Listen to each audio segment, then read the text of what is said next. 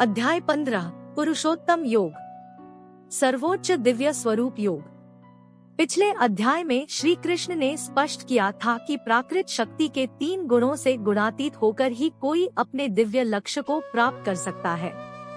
उन्होंने यह भी प्रकट किया था कि इन गुणों से परे जाने का सबसे उत्तम उपाय भगवान की अनन्य भक्ति में तल्लीन होना है।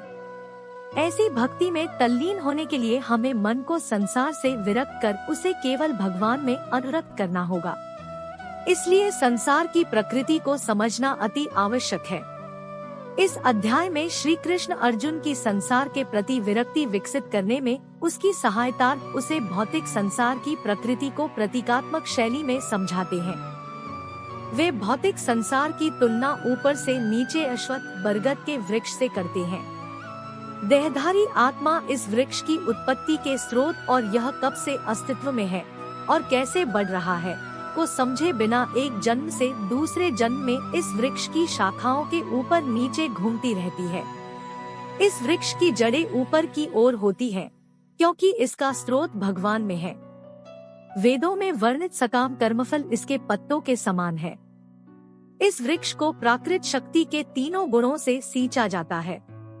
ये गुण इंद्रिय विषयों को जन्म देते हैं, जो कि वृक्ष की ऊपर लगी कोम्पलों के समान है। कोम्पलों से वायवीय जड़ें फूटकर प्रसारित होती है, जिससे वृक्ष और अधिक विकसित होता है। इस अध्याय में इस प्रतीकात्मकता को विस्तृत रूप से वर्णित किया गया है, जिससे कि यह ज्ञात हो सके कि कैसे देहधारी आत्मा इस वृक्ष के भौतिक अस्तित्व की प्रकृति की अज्ञानता के कारण निरंतर संसार के बंधनों में फंसी रहकर भौतिक जगत के कष्ट सहन कर रही है। इसलिए श्री कृष्ण समझाते हैं कि विरक्ति की कुल्हाड़ी से इस वृक्ष को काट डालना चाहिए। तब फिर हमें वृक्ष के आधार की खोज करनी चाहिए, जो कि स्वयं परमेश्वर है।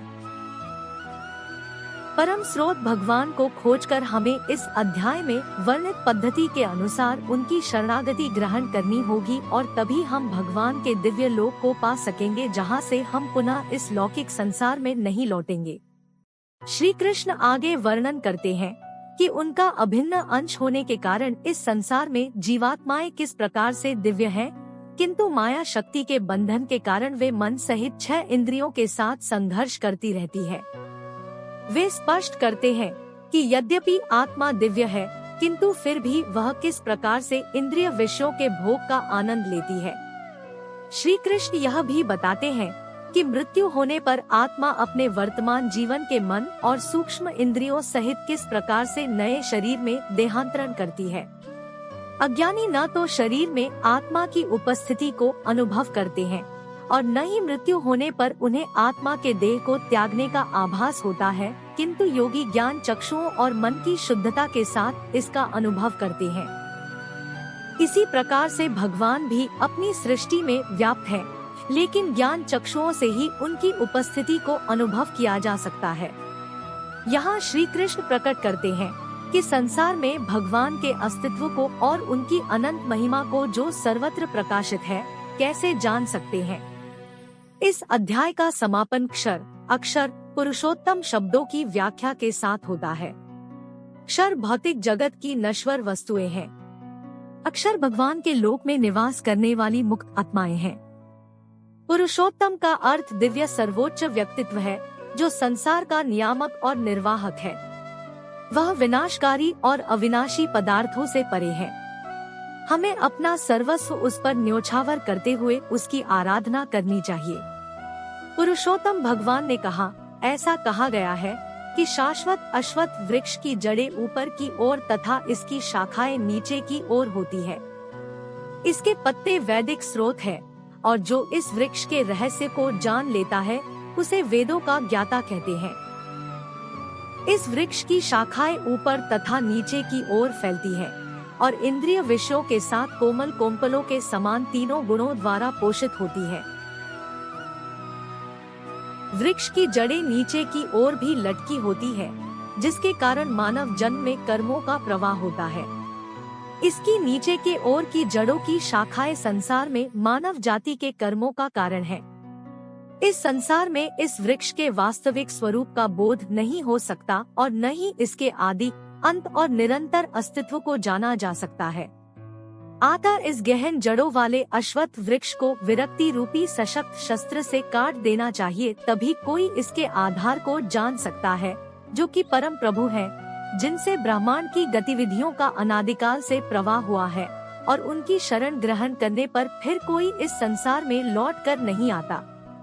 वे जो अभिमान और मोह से मुक्त रहते हैं एवं जिन्होंने आसक्ति की बुराई पर विजय पा ली है, जो निरंतर अपनी आत्मा और भगवान में लीन रहते हैं, जो इंद्रिय भोग की कामना से मुक्त रहते हैं और सुख दुख के द्वंद्वों से परे हैं, ऐसे मुक्त जीव मेरा नित्य धाम में प्राप्त करते हैं। न तो सूर्य, न ही चंद्रमा और न ही अग्नि मेरे सर्वोच्च लोक को प्रकाशित कर सकते हैं। वहां जाकर फिर कोई पुनः इस भौतिक संसार में लौट कर नहीं आता। इस भौतिक संसार की आत्माएं मेरा शाश्वत अणु अंश है, लेकिन प्राकृत शक्ति के बंधन के कारण वे मन सहित 6 इंद्रियों के साथ संघर्ष करती है। जिस प्रकार से वायु सुगंध को एक स्थान से दूसरे स्थान पर ले जाती है, उसी प्रकार से देहधारी आत्मा जब पुराने शरीर का त्याग करती है और नए शरीर में प्रवेश करती है, उस समय वह अपने साथ मन और इंद्रियों को भी ले जाती है। कान, आँख, त्वचा, जिह्वा और नासिका के इंद्रिय बोध जो मन के चारों ओर समूहबद्ध है, के साथ देहधारी आत्मा इंद्रिय विषयों का भोग करती है। अज्ञानी आत्मा का अनुभव नहीं कर पाते, जबकि यह शरीर में रहती है और इंद्रिय विषयों का भोग करती है, और न ही उन्हें इसके शरीर से प्रस्थान करने का बोध होता है, लेकिन वे जिनके नेत्र ज्ञान से युक्त होते हैं, वे इसे देख सकते हैं। भगवत प्राप्ति के लिए प्रयासरत योगी यह जानने में समर्थ हो जाते हैं कि आत्मा शरीर में प्रतिष्ठित है, किंतु जिनका मन शुद्ध नहीं है, वे प्रयत्न करने के बावजूद भी इसे जान नहीं सकते। यह जान लो कि मैं सूर्य के तेज के समान हूँ, जो पूरे ब्रह्मांड को प्रकाशित करता है। सूर्य का तेज और अग्नि की दीप्ति मुझसे ही उत्पन्न होती है।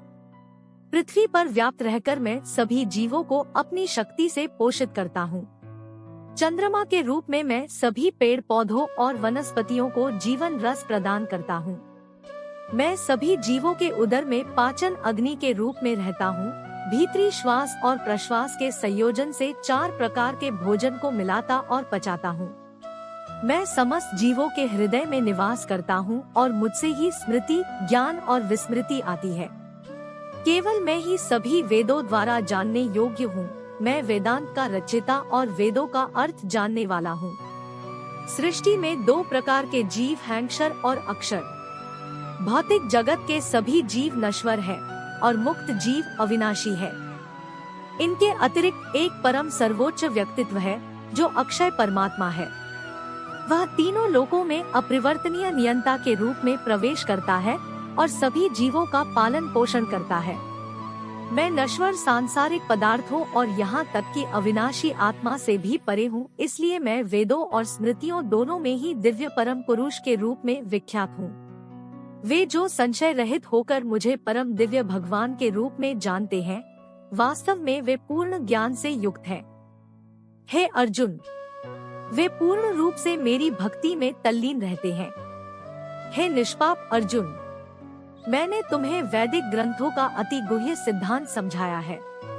इसे समझकर मनुष्य प्रबुद्ध हो जाता है और अपने प्रयासों में परिपूर्ण हो जाता है।